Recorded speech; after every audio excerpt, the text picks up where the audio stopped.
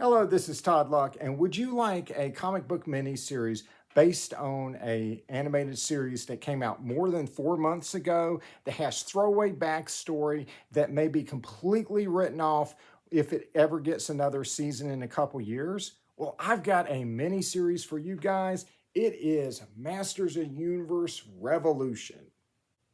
This is out right now at your local comic shops. It's a 4-issue miniseries that is a prequel to Masters Universe Revolution, and it's also available digitally on Kindle and will be collected in a trade paperback once the miniseries is done. And yes, releasing a prequel in May for an animated series that released in January is striking when the iron is extraordinarily cold. Right now, we're not talking about Revolution, we're talking about X-Men 97. I assume at some point they're probably going to try to orient new readers to what's going on, but it's not going to hurt if you've watched the animation, obviously. Revolution is actually the second season to a series called Masters Universe Revelation. So you want to watch Masters Universe Revelation and then Revolution and then read this. I loved Revelation. I had mixed feelings about Revolution, but I'm not going to rehash that here. I've done some very exhaustive reviews of both seasons, and you can check those out. But I'm not judging this comic book on any of that. Comic books stand on their own. This is not the first time Dark Horse has put out prequel comics set in this version of Masters of the Universe. They put out a prequel comic to Revelation several years ago, and the plot structure here was pretty weak. This was essentially a lot of, backstory that they couldn't fit into the animated series about just random characters. I also had some issues with the art style that was chosen for the Revelation miniseries. However, in my opinion, it did produce two of the best written Masters of the Universe stories I've ever read in comic book form, in issues 2 and 3, which give the origins of Skeletor and Evil Lyn. They've also produced a 4-issue miniseries set in the same universe called Masters of the Universe Forge of Destiny. And this is another 4-part miniseries that was recently collected in trade paperback. It gives some information about what Anwar Gar is like in He-Man's time. It also has the origin of my favorite Masters character, Cyclone. Forge of Destiny had a lot of really cool ideas, but unfortunately just didn't have enough time to tell its story in only 4 issues, and there were some visual storytelling issues as well. And when they came out with Revolution, they actually rewrote Skeletor's origin and completely did away with what was done in this issue in the Revelation miniseries, and this was written off as false memories. So can Revolution, this new miniseries, avoid those previous problems and actually count in a couple years if there is a 3rd season of this animated series? So let's start with the cover, and I think the cover's fine. It may be a little bit too purple to me, and I don't know, Hordak's face may be a little bit off from, what it should be, but I think overall it's a very nice looking rendition of Hordak and a very rare rendition of Hordak, right? We don't get that many Horde covers in American comics, right? He was used a little bit in the comics in the 80s, and then after that, we just haven't gotten a whole lot, so I'm always glad to see Hordak on the cover. And so the story here is by Tim Sheridan, Rob David, and Ted Baselli. Rob David is from Mattel, Ted Baselli is from Netflix, and basically they just talked this out over a lunch, and Tim Sheridan wrote the script. He's the actual writer of the comic. They were all involved in the actual animated series. And as you can tell, this story takes its sweet time getting started. The first 3 pages are just telling about the different types of magic on Eternia, and it feels like it could be completely left out without missing anything. This is a story told at a very leisurely pace which makes me think that they probably don't have a lot of story to tell, but that may be a good thing because it may fit comfortably in the 4 issues. We'll see. And then it opens up to this spectacular splash page of the Horde attacking Anwar Gar. And we see more of the Horde here than we saw in Revolution. And it's just really awesome. The artist here is Daniel HDR, and his rendering is fantastic. And notice that there are snake men fighting on the side of the Horde. This is a She-Ra reference, where in the Filmation cartoon, the snake men were sometimes shown as being Horde members. We even get to see 2 new members of the Horde that we haven't seen before. One is called Tarantula, and the other is Succubug. We don't know anything about them, but that's kind of in keeping with everything else in this issue. We do actually get a cameo of Dragstor, who is a Horde member that didn't appear in Revolution. And we do see all of our major Horde members here, but they're using these guns, which are kind of weird because, you know, they have natural abilities that would be much more effective than these guns. And if they are going to shoot something, it would probably be with their Horde crossbows.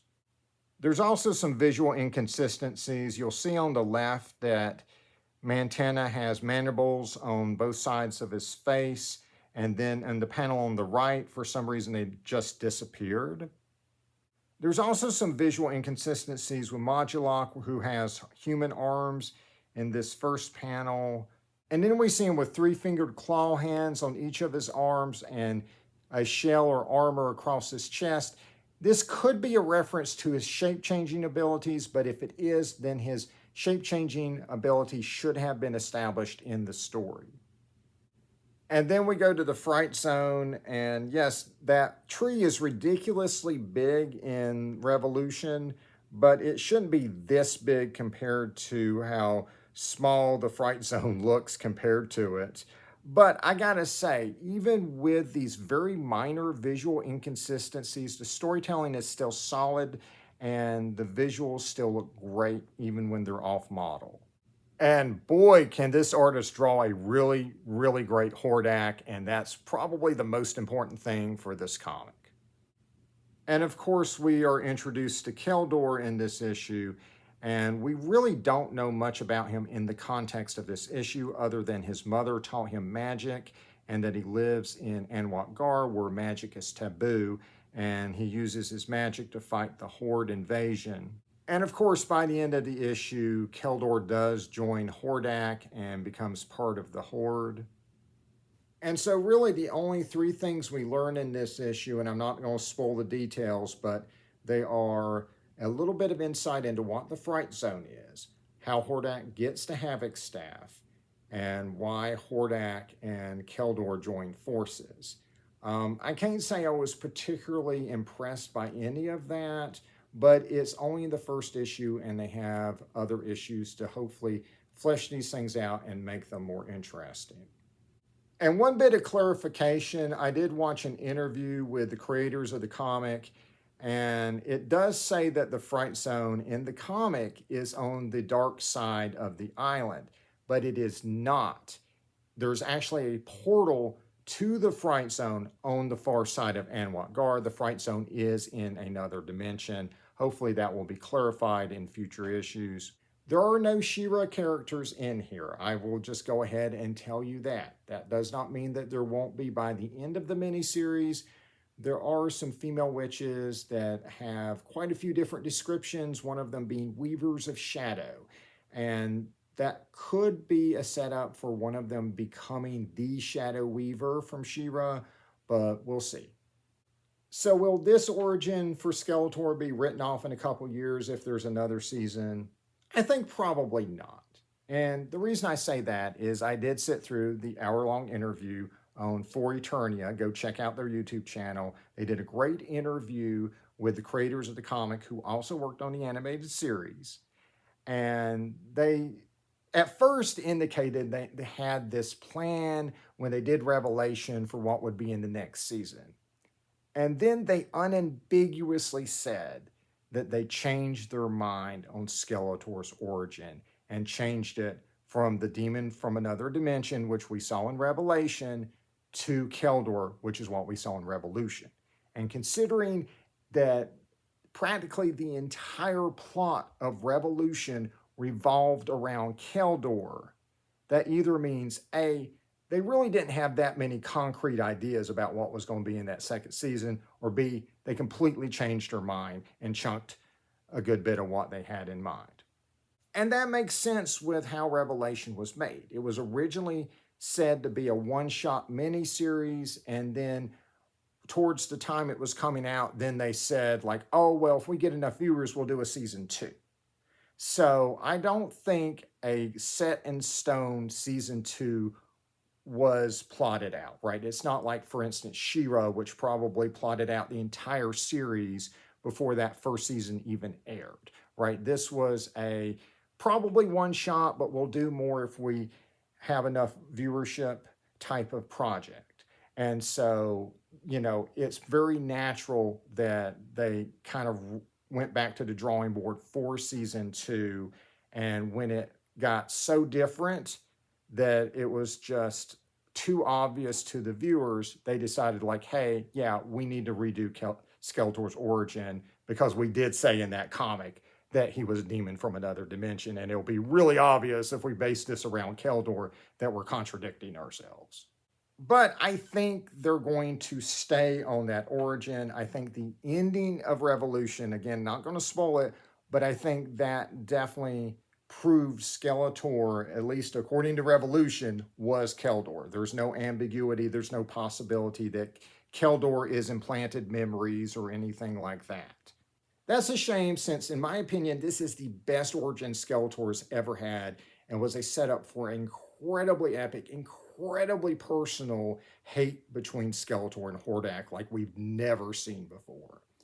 That being said, just because this was written out of Revolution doesn't mean that something like this can't happen in another version of these characters. There's always new versions of Masters of the Universe being made, and there's no reason that elements of this can't come back in another version of Skeletor.